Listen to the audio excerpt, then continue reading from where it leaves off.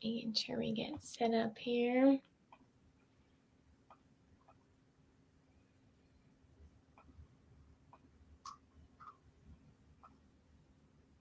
It always takes a couple minutes, I think, to connect. No problem. Hopefully I don't have too much. I have got a different view now. I'm like, Okay. Yeah. see all my mess behind me. You're all right.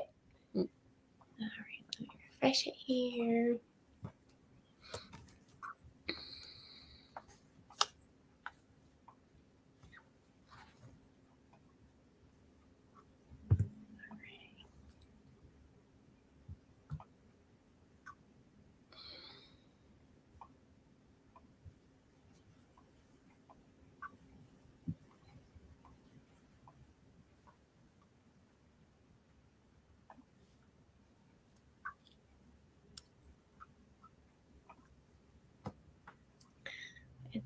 I don't have my red live light. I have the gray loading light. So I'm just waiting to make sure I see it turn red, and then we'll be good. No problem. I know it took a couple of minutes last time. So.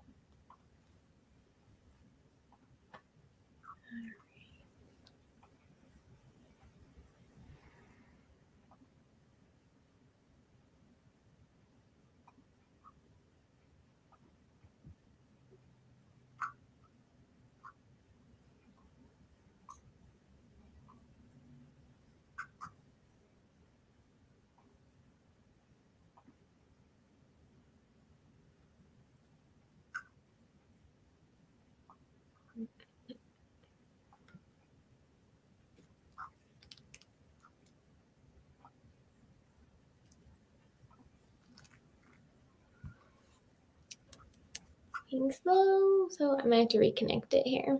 No problem.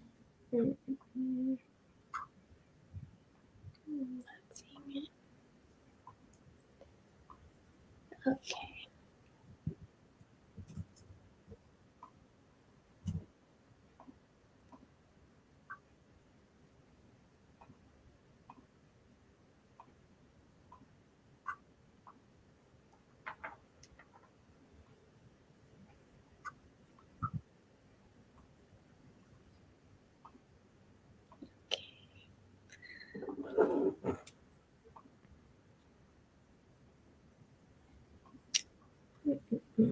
It says we are live, but I don't see it on the front end. So I just want to refresh it a couple times.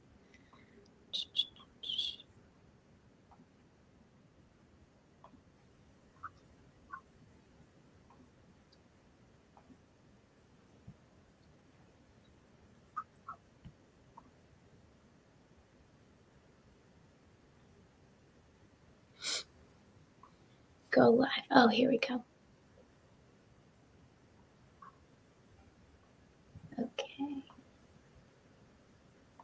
All right. I think we are live. Let me go ahead and just refresh it one more time. Make sure I can see us here.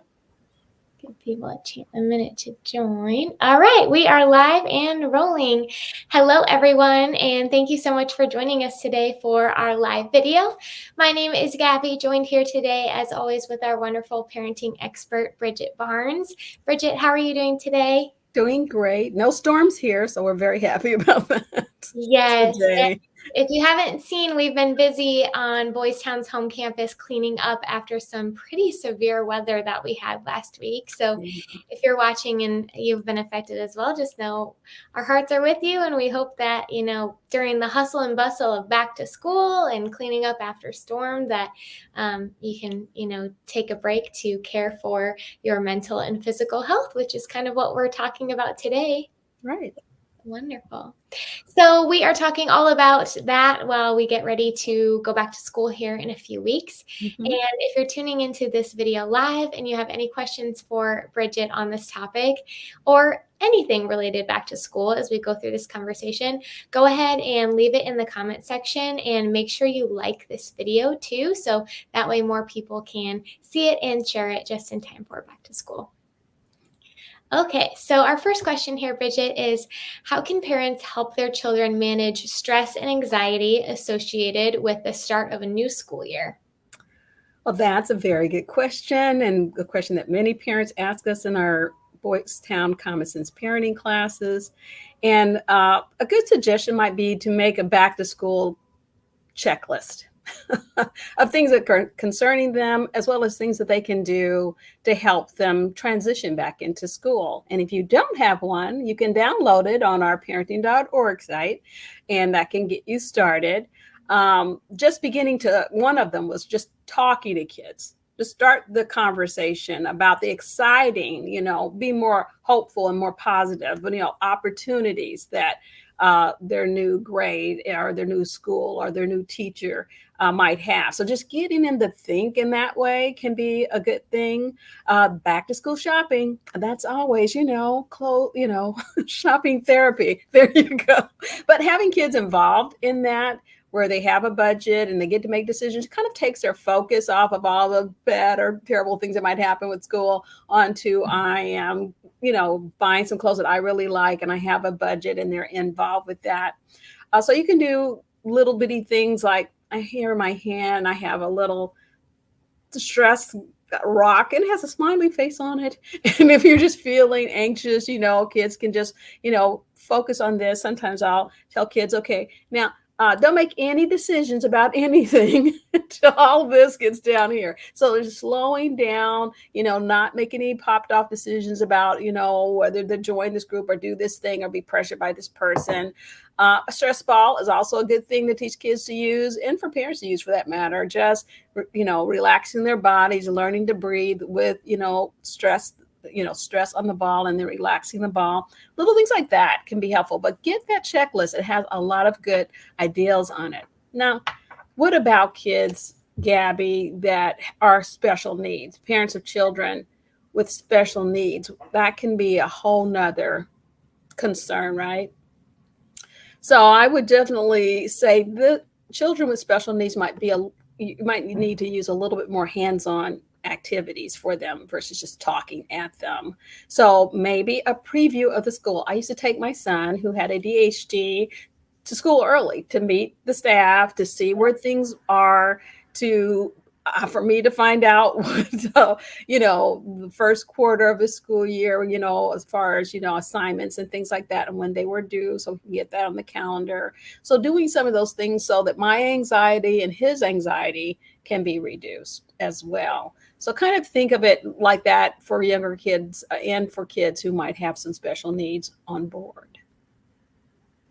Yeah, because children like predictability, right? Yeah. And going into a new school year where, I might not have the same friends in my class, or I have a new teacher, kind of what Bridget's talking about with that back to school checklist is, let's look at the list and see what kids can be involved in and what decisions they can help make. And then it kind of removes the fear of the unknown of, okay, I remember I went to Target with mom and I picked out this color folder and I'm going to bring this folder to this lesson. And, it's comforting in a way to find ways where you can figure out what's coming in a season that is a lot of unknowns with back to school. Sure. Right. Reducing those fears is always a good thing, and putting those things into perspective, helps kids just kind of calm down, and parents too. Sometimes when we get revved up and this is a high time for us, that can spill over into our children because we're trying to buy clothes and trying to do a lot of things. So yeah, definitely a checklist won't hurt. Yeah, for sure. What are some effective strategies for establishing healthy sleep and bedtime routines for kids as they transition from, a more relaxed summer sleeping schedule to getting up early and getting ready for school? Well, kids need a lot of sleep. Everybody knows that for their growing minds and their bodies. And our Boys Town pediatrics suggest that, elementary school children get about 10 to 12 hours of sleep, while teenagers get about 9 to 11 hours of sleep. In any case, getting sleep is the key word here for kids.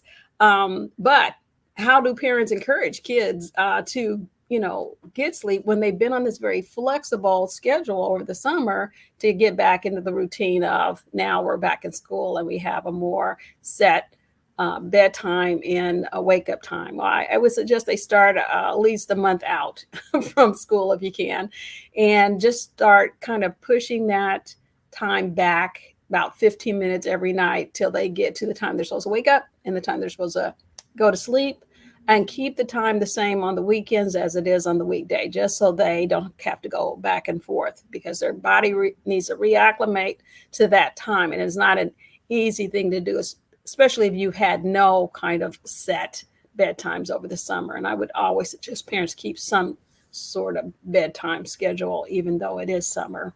But I would think using something like that pre-school right now, or earlier if your kids went back in July, depending on where you're living, definitely setting up some kind of back to school schedule that you kind of step your way into, versus just like, okay, now you need to go to bed this time and wake up at this time. I think might be very helpful to kids and parents, I think. Don't you think? Like if I was, my kids are little, definitely I had to reacclimate as well. So, yeah. Especially with the busy mornings with making lunches and carpool and, everything that you can hopefully try and do the night before. I'd recommend doing that. But that way it makes the mornings less crazy, and maybe you can sleep a little bit longer if that's. I know there's a great little book at the Boys Town Press called Rest and Recharge. It's a newer one. I thought that was really cute. I was like, where's the adult version of this book? Take a page out of it. Yes.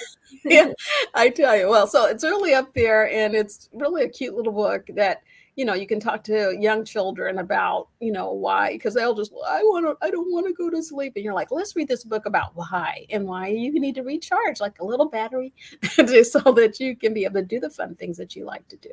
So that's a great book to get. Rest and Recharge up on the Boys Town Press. Perfect. I'll link it. The next question here, Bridget, is a little bit about physical activity. We've talked, we're talking both mental health and physical today. So in what ways can parents encourage children to be physically active and get enough exercise despite having a busy school schedule?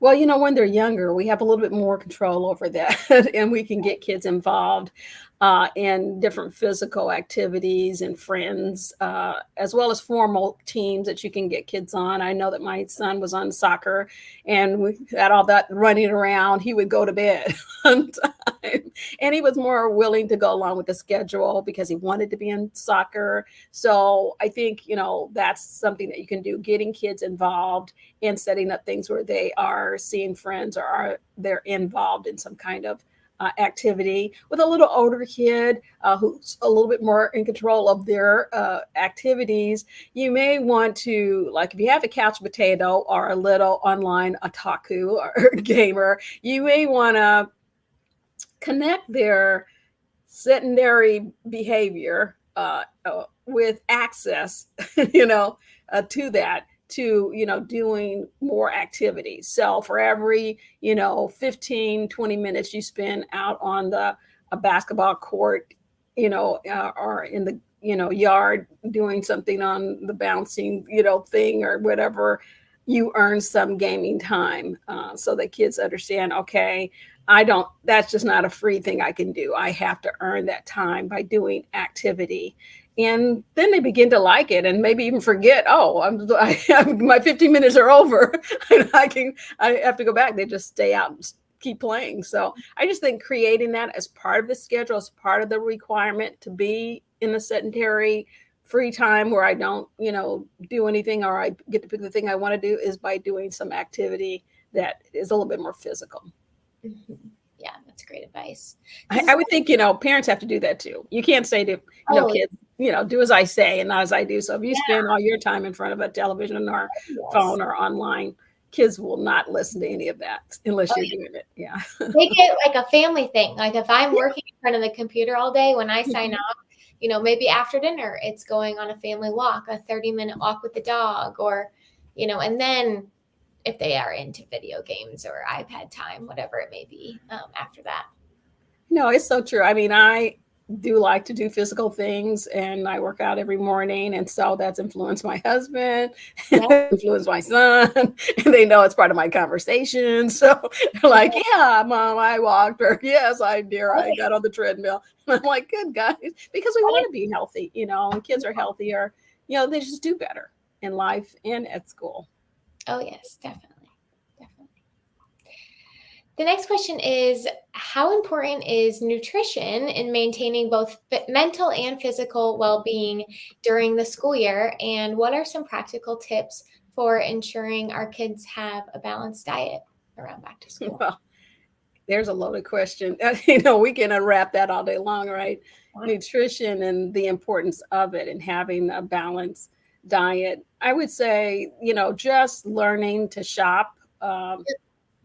Well, I mean, here on this Boys Town campus, kids who live in our family homes, we make a point of getting them involved in buying food, prepping food, learning how to make food and, what's good for you and that kind of thing, sharing food. That food is a part of a daily life. So not just mom goes and buys it, she makes it and you sit down. No, no, no. Kids are very much involved in making decisions about food and understanding food and where it comes from and how to make it healthy. Learning how to shop on the outside of the grocery area in the vegetable area and adding a few more vegetables, fruits, and some lean proteins moderately to a child's diet. We know studies show that it increases their thought process. I mean, an egg in the morning, 20 minutes later, you're going to find that you're going to have a clearer thinking. So I would say that, getting kids to understand about food and be involved with food is one step closer, to having them have healthier diets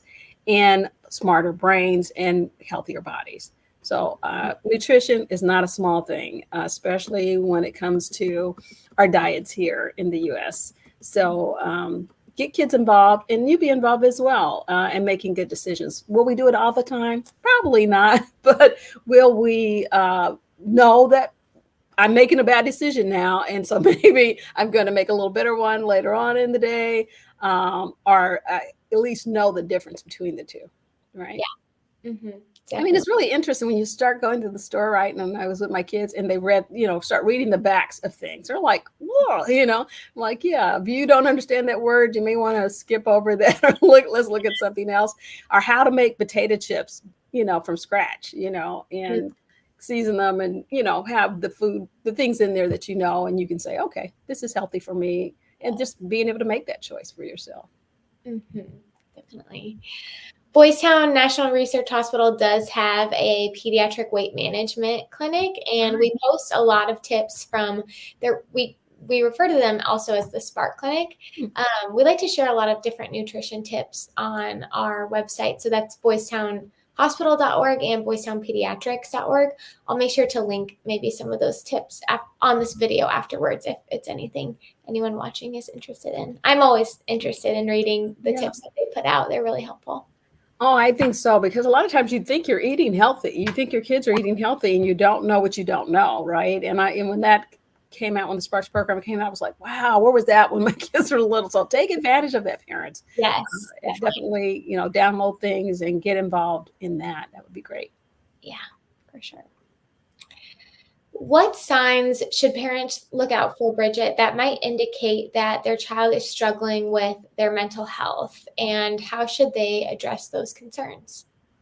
Well, don't overreact. Number one, kids are kids. Sometimes a teenager is going to do some behavior, but when it becomes severe and chronic, then you'll want to really take note of that and like change in their habit, their sleep, their eating, their activity, or major loss in interest, like loss in interest of friends or loss in interest in something that they really like to do, or their self-care declines significantly.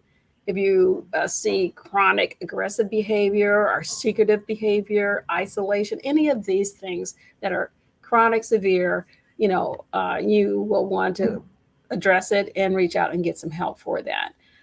So I would say these are signs that tell us our kid is going through something. It might be something as simple as we start talking more about what's going on and we help them with that. And it might be something that you need to get a specialist support for.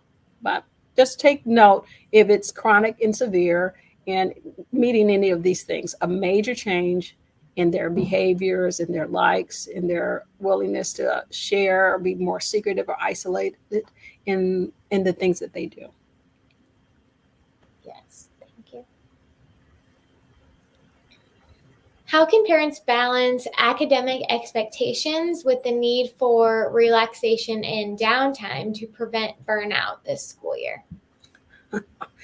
Well, burnout is a major issue for all of us, right? I think it's something that is a real concern that I'm seeing more and more of in families. And, keeping an eye on that with your kid. I would think getting self-care and mindfulness as a part of your daily routine, not just physical activity, but those two things. How are you taking care of yourself? How are you being mindful and taking some downtime for things? And how are you integrating that in your child's schedule? Even for a few minutes, right? When you pick them up, let's all take a deep breath. Let's close our eyes. Let's think of, something positive, or think of nothing, breathing in and out before you tell me about your day, So when it becomes a part of your daily life, a part of the good rule of thumb that your family has, then kids will have a better balance of that. Learning to say no to things, teaching kids how to say, well, no, I'm not going to be involved in every after school activity or three of those things. And how many is enough for your kid based on how well they can manage and balance their health. So I think, basing those kind of decisions on your kids' ability to make good decisions and to balance already their life is a good rule of thumb. And then be a good role model for that. If you can show them, okay, mom is saying no to certain things or dad is saying no to certain things, as well as dad is including or mom is including self-care and mindfulness in their schedule, and make it a part of our daily life that we don't even think about it anymore. It's already there. Yeah. I mean, I know these are new words for most parents, right? It's not something 20 years ago or even 10 years ago we were saying, right? And so I think that be, kind to yourself. It's not, if you kicking yourself like, oh, I don't do that, that's okay. Just begin to do it, a little bit at a time. And when you know that you're burning out, just stop. Just stop and take a break. It's okay to take a break and to say, you know what, today we're going to do a whole lot of nothing. We're not going to run over here and go over there. We're just going to do some nothingness for a little bit. And that's all right to do. I think that speaks to your kids, because sometimes they feel like, that fear of being left out, that they need to be involved in everything, that someone's posting, we went here or we did that.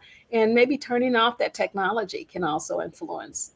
Don't you think, like sometimes we get influenced because we're looking online and then we see everybody's doing all these fun things, or we think they're doing fun things. I mean, yeah. And then we think, okay, I need to be doing more things. And I'm like, maybe not. Maybe get off online and spend some time with some real humans. And you might find that doing a little bit of something and is enough, and not doing so much that you feel burnt out. Mm-hmm. I just finished a book this week. Bridget, you have got to read it. Okay. And our viewers should check it out too, because it kind of blew my mind. As someone who works in social media, noted, it's called The Anxious Generation, and it's all about the transition from a play-based childhood to a phone-based childhood, and how that happened in the late 2010s. And specifically, the book really focused on like 2010 to like 2015 was kind of the pivotal area where all the social media apps really revved up. And anyway, the book discussed a lot of the things that you were just talking about, and how, normally on a weekend in the early 2000s, in the 90s, that, families were kind of doing whatever they want, whether it was outdoor activities, whatever the family chose to do. And now on the weekend, it's kind of like we put pressure on ourselves, or in the summer as well, of, okay, we're all going 100 miles an hour and we see this family go on this summer trip, and, oh, well, Betsy has got her kids all backpacks, all packed up and posted on her Instagram stories, but I don't have my kids' backpacks yet, so we're always kind of in that loop of what's next, what's other people doing. And anyway, very good book. And yeah, it's very, I can remember my mom would say, go outside and play, be back before the street light comes on. And you could play until it was that. And I totally understand the world has changed to some extent, but I think that too much of anything can be a problem, right? So, and so I think that too much of internet and feeling like somebody's doing something I'm not, and comparing yourself to other people, can be a problem.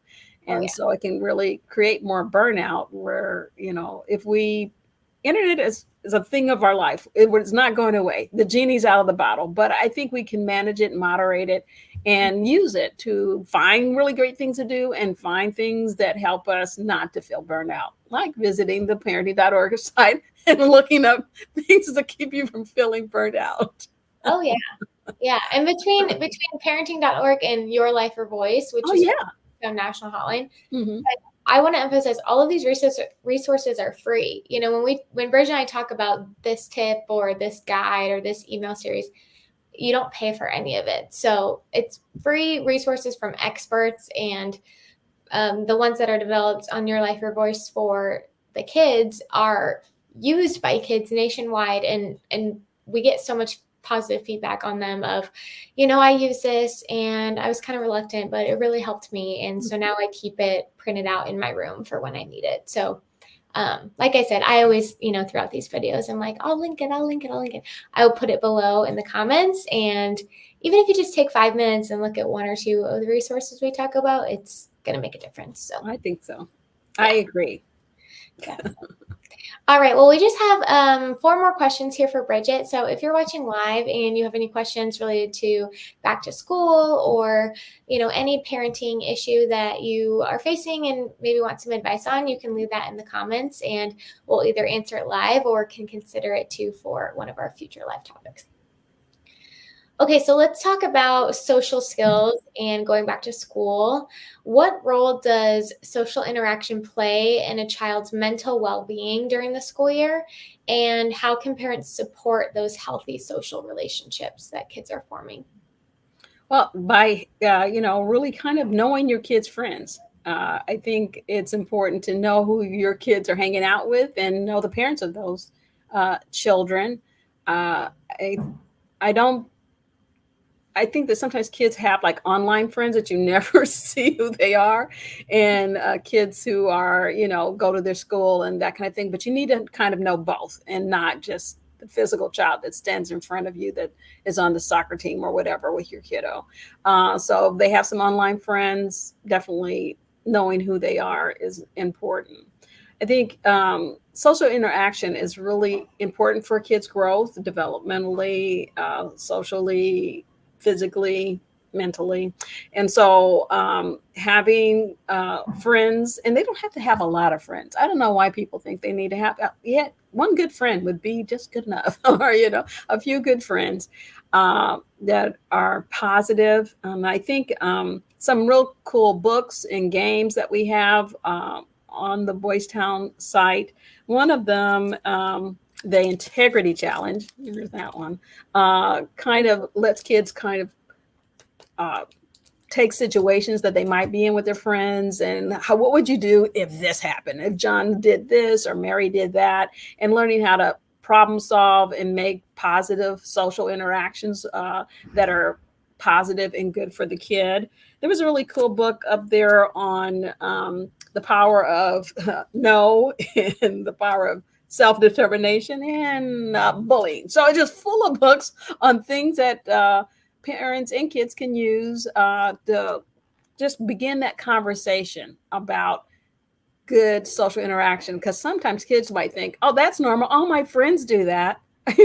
You're like, well, that's not really something, not a value or a behavior that I want you to do. So let's talk about that. So this opens that up, that opportunity up, whether it's in a book or a game or just a sit down. And, it doesn't have to be anything formal.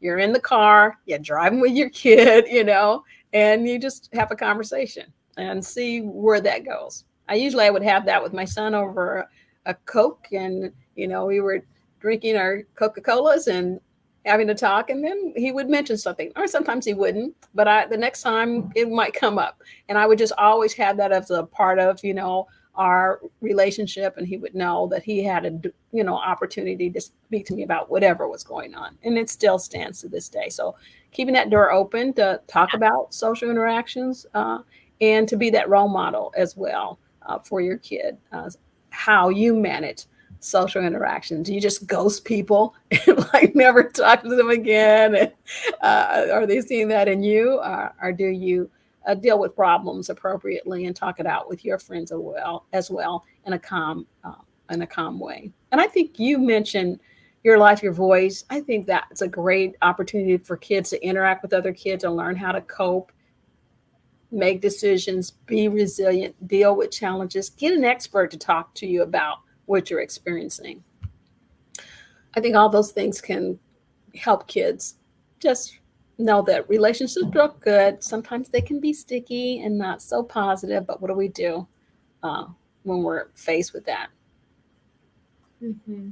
Yeah, and that kind of leads us right into our next question here is, when kids are having challenges, maybe at school or on the sports team, how can parents kind of help them with their mindset and building resilience in them when they face those challenges? Well, I think, not letting kids be afraid of challenges. That, you're going to come up with challenges and that you're going to face those kind of things. And sometimes you'll do very well with it, and sometimes you'll struggle with it. And when you do, it's okay to dust yourself off and get back up and try again. And for parents not to swoop in and try to, take care of this problem for their kid, and I'm going to go to school and talk to this teacher and take care of this issue. I mean, if your kid is being bullied, of course you want to talk to the school about what's happening and work on some strategies about that. But try to help your child work on some solutions that they can handle on their own. And we use a technique here at Boys Town called the SOTUS method that I think really helps kids feel that they can make decisions in a way that leads to a good outcome. And then also lets the adult involved know there is a step-by-step way that kids can learn that you feel comfortable. Hey, I think that they could make that decision, right? Because any of us feel like, oh, this kid is just making decisions willy-nilly. I don't know if I can let them make those decisions on whether they're going to join 2 after school activities or join this group of friends that I'm a little suspect about. So using a SOTUS method, and it's an acronym that stands for identifying what the situation is first, helping kids. The kid is like, I want to drop this activity, and you're like, well, let's talk about what's causing you to feel that way. And it might not be they want to drop the activity. They might not had a good relationship with someone on the team or something like that. And so finding out what the real situation is, and then looking at some options. So, what are your options for, being involved with this person on the team? Can you avoid them, or do you need to figure out how to deal with them? Can you get some help from the coach or from your other teammates? So thinking about different options, and then the advantages of those options and the disadvantages of those options. So I think, walking kids through that and them thinking, well, this could be a disadvantage, but this is an advantage of that. Okay, great. Now you have the time to think about this and then decide on a solution. So the last letter in the acronym of SOTUS is an S. So the kid gets to make the decision. So it's important that parents allow the child to decide. I don't get to decide for them. So I never let kids do the SOTUS on something that's morally or legally incorrect. So they're not going to make decisions on that. I'm dropping out of school and I'm going to do this inappropriate behavior. It's just on things that would be appropriate and give them the sense of, I can face challenges. I can cope with things when they have the tools to do that. Mm-hmm. So give them a tool. And I think the SOTUS could be a really good place to start. You can find that in our Common Sense Parenting book that you can buy on the Boys Town Press, or get one of our classes with other parents and discuss any of these topics that, Gabby and I have discussed. Mm-hmm. Yeah, wonderful. Well, I think that kind of wraps it up, Bridget. While we're talking about Common Sense Parenting classes, how can parents sign up? Well, they can, come to our online registration, and I'm sure you're going to give them a link to it. Now we have these cute little cards that have the little QR code on it. You can register online. You can call us, if you're in Nebraska, but that doesn't mean if you're outside Nebraska and you want to take a class that's online, you can still go online and get into one of our classes. So I would either, go up to our Boys Town site, just put in the search Common Sense Parenting classes, and you should be able to find us if you don't get to this link. But we're out here for you. We're definitely in different states. There are Common Sense Parenting live classes, and there are some Common Sense Parenting online classes for parents who need us. Yes. So don't fear back to school, and between yourself and your family, make sure you're taking that time to prioritize your mental and physical well-being during this season. And just as Bridget said, we are here for you, whether it be through parenting.org or the Boys Town Press. If you're a parent and a teacher watching, you may be interested in Boys Town National Training. And Boys Town is kind of, we got it all. We're a village, so whatever you need. I'm sure we probably have a service line that I can try and direct you to. So just know. And if not, we can lead you to the people who can. Exactly. Well said, Bridget. Well, thank you everyone for tuning in to this live, and we will catch you next month. Make sure you like this video and feel free to share it with a friend or family member who you think may also find it helpful. And we'll see you next time. Thanks.